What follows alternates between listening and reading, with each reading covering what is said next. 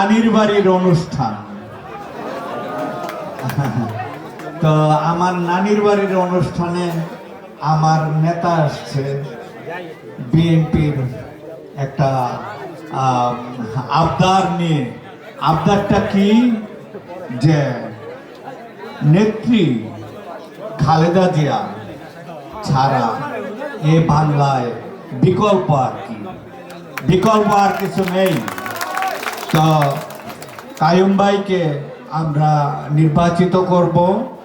এটা আমার ইউনিয়ন, এবং আমার এই ইউনিয়নে আমার ইতিপূর্বে আমার আগে যিনি বক্তৃতা করছেন খন্দকার রাশেদ আমার ভাই, তো সে এনসিপি সম্পর্কে বলেছে।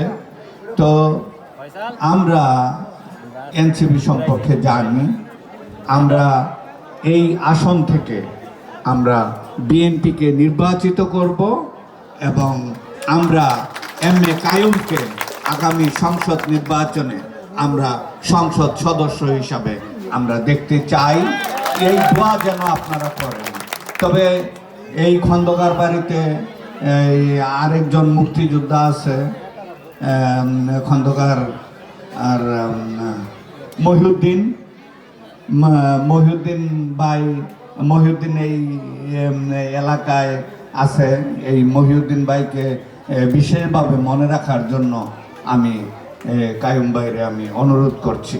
তো সবাইকে ধন্যবাদ দিচ্ছি, এবং এমএ কাইয়ুমের জয় অনিবার্য হোক। আল্লাহ এটা সার্থক করে তুলুক, এই বলেই আমি আমার বক্তব্য শেষ করছি। খুদা হাফেজ।